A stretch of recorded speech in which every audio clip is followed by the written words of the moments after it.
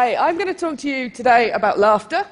And I just want to start by thinking about the first time I can ever remember noticing laughter. This is when I was a little girl. I would have been about 6. And I came across my parents doing something unusual, where they were laughing. They were laughing very, very hard. They were lying on the floor laughing. They were screaming with laughter. I did not know what they were laughing at, but I wanted in. I wanted to be part of that. And I kind of sat around at the edge going, hoo-hoo! You know. Now, incidentally, what they were laughing at was a song which people used to sing, which was based around signs in toilets on trains telling you what you could and could not do in toilets on trains. And the thing you have to remember about the English is, of course, we do have an immensely sophisticated sense of humour. But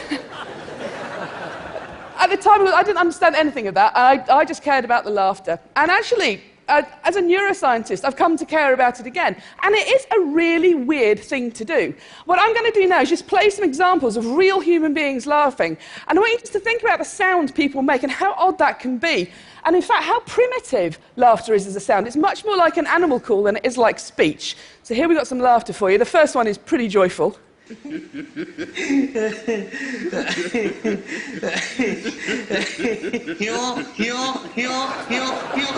off.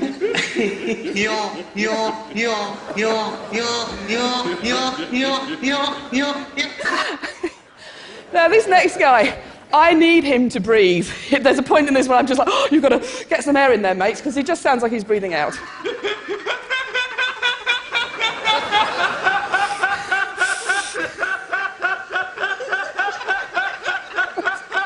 This hasn't been edited, this is him.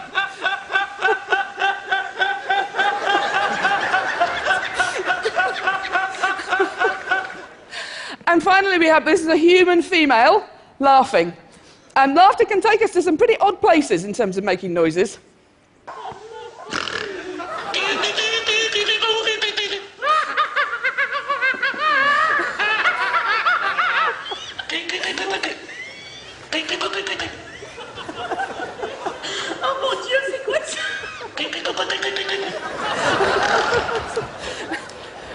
She actually says, oh my God, what is that in French? And I think, we're all kind of with her. Yeah, I have no idea. Now, to understand laughter, you have to look at a part of the body that psychologists and neuroscientists don't normally spend very much time looking at, which is the rib cage. And it doesn't seem terribly exciting, but actually, you're all using your rib cage all the time. What you're all doing at the moment with your rib cage, and don't stop doing it, is breathing.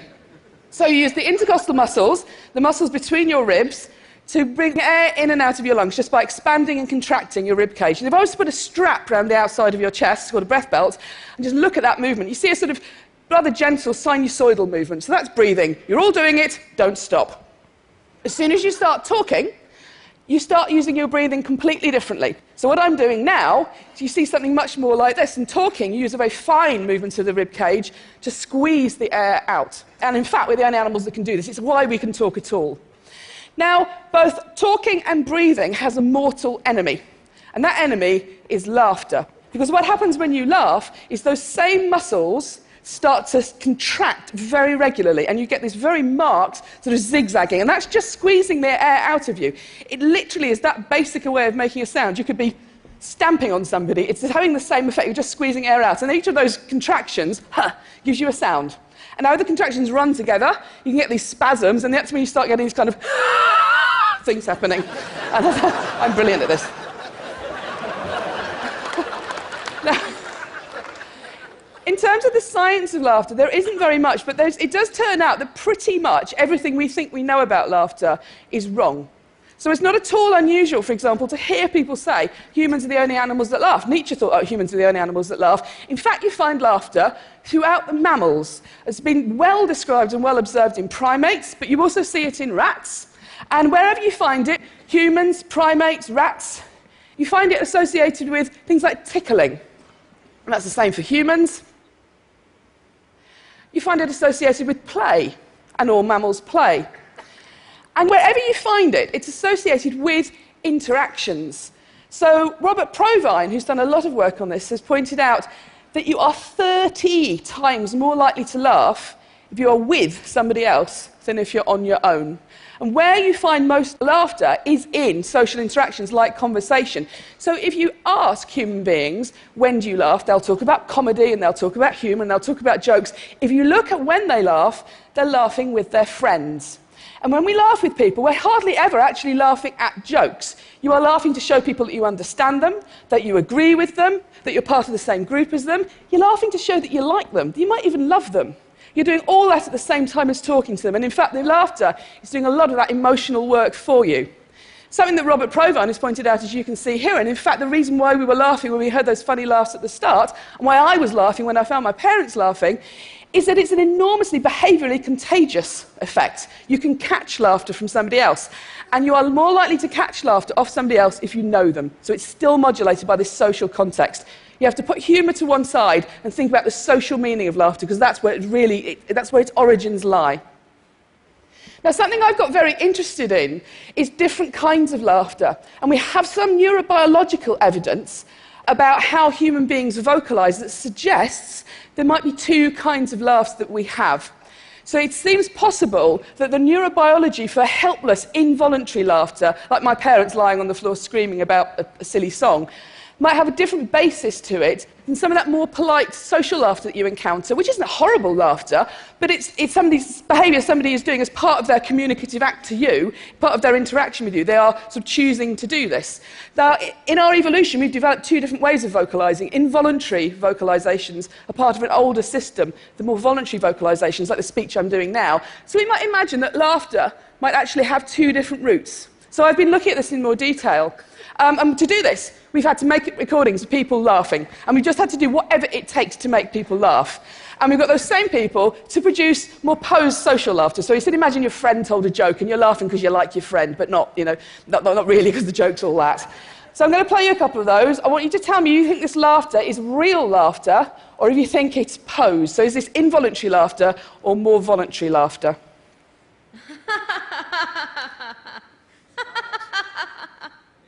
What does that sound like to you? Posed? Posed. How about this one?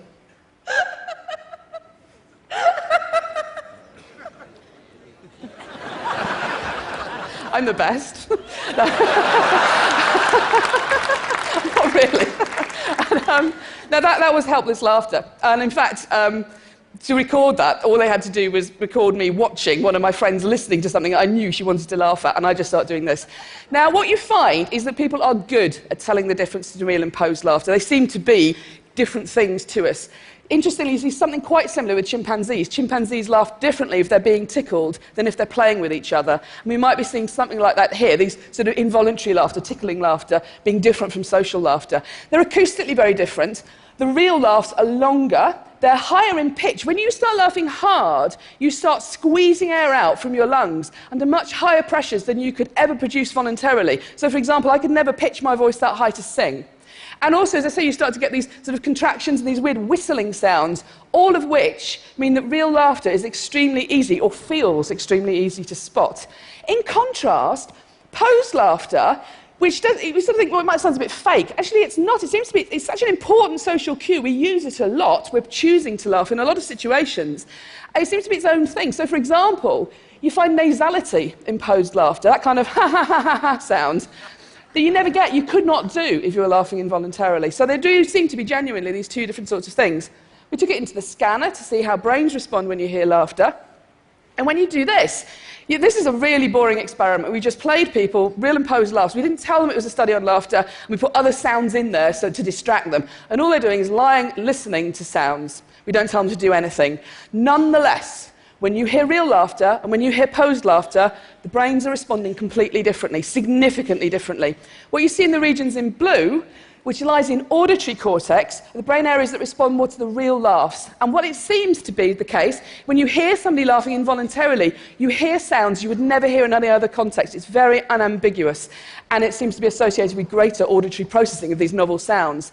In contrast, when you hear somebody laughing in a posed way, what you see are these regions in pink, which are occupying brain areas associated with mentalizing, thinking about what somebody else is thinking. And I think what that means is, even if you're having your brain scanned, which is completely boring and not very interesting, when you hear somebody going, ah, ha, ha, ha, ha, ha, you're trying to work out where they're laughing. Laughter is always meaningful. You are always trying to understand it in context, even if, as far as you're concerned, at that point in time, it's not necessarily anything to do with you. You still want to know why those people are laughing. Now, we've had the opportunity to look at how people hear real and posed laughter across the age range. So this was an online experiment we ran with the Royal Society. And here we just asked people 2 questions. First of all, they heard some laughs and they had to say, how real or posed do these laughs sound? The real laughs are shown in red and the posed laughs are shown in blue. And what you see is there is a rapid onset. As you get older, you get better and better and better at spotting real laughter. Such that 6-year-olds are at chance. They can't really hear the difference. By the time you are older, you get better. But interestingly, you do not hit peak performance in this data set until you're in your late 30s and early 40s. You don't understand laughter fully by the time you hit puberty. You don't understand laughter fully by the time your brain is matured at the end of your teens. You're learning about laughter throughout your entire early adult life. If we turn the question round and now say not what does the laughter sound like in terms of being real or posed, but we say how much does this laughter make you want to laugh? How contagious is this laughter to you?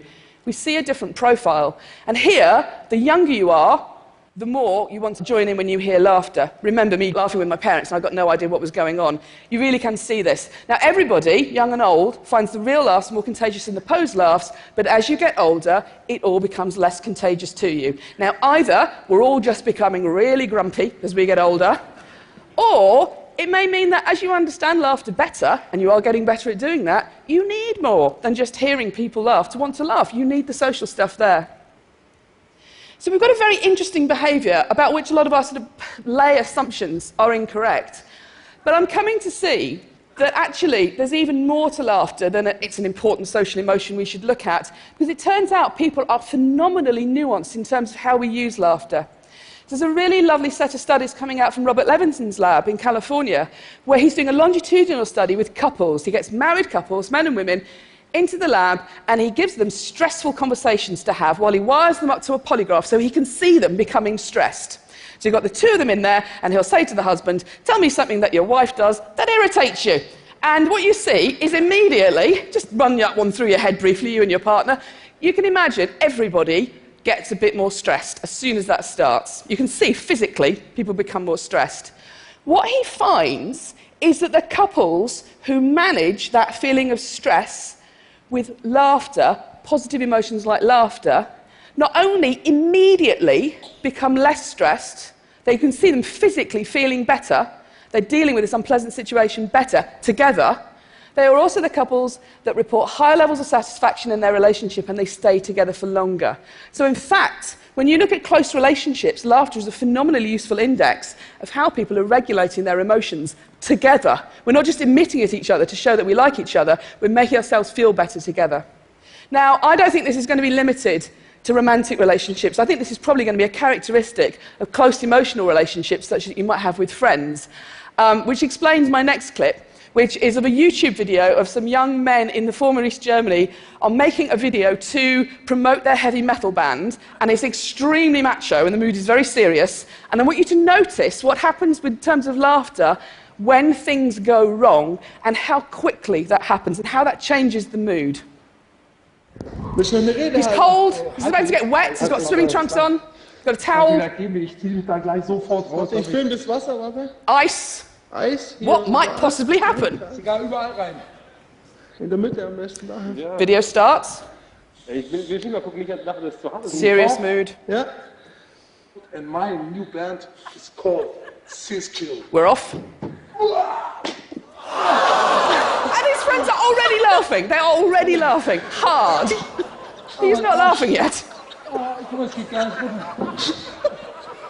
He's starting to go now.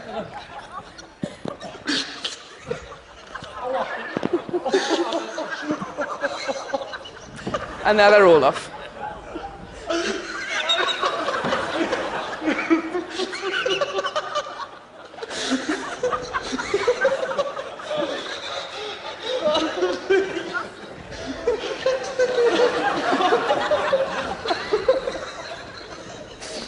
stressful.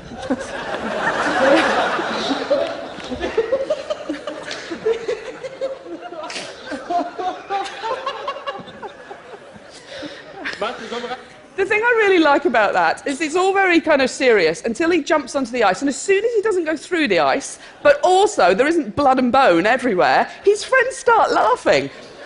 And imagine if I'm played out with him standing there going, no, seriously, Henrik, I think this is broken.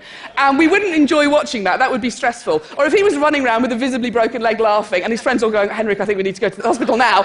Again, that also wouldn't be funny. The fact that the laughter works, it gets him from a painful, embarrassing, difficult situation into a funny situation, is what we're actually enjoying there.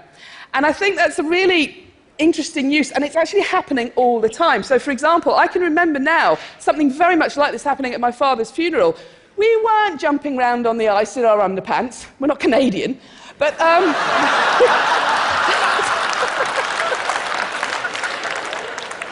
these events are always difficult. I had a relative who was being a bit difficult. My mum was not in a good place. And I can remember finding myself, just before the whole thing started, telling this story about something that happened in a 1970s sitcom. And I even at the time I thought, I don't know why I'm doing this. And all I realised I was doing was I was coming up with something from somewhere I could use to make her laugh, together with me. It was a very basic reaction to try, for some reason, we can do this. We can laugh together. We're going to get through this. We're going to be okay. And in fact, all of us are doing this all the time. You do it so often, you don't even notice it. Everybody underestimates how often they laugh. And you're doing something, when you laugh with people, that's actually letting you access a really ancient, evolutionary system that mammals have evolved to make and maintain social bonds, and clearly to regulate emotions, to make ourselves feel better. It's not something specific to humans. It's a really ancient behaviour which really helps us regulate how we feel and makes us feel better. In other words, when it comes to laughter, you and me, baby, ain't nothing but mammals. Thank you.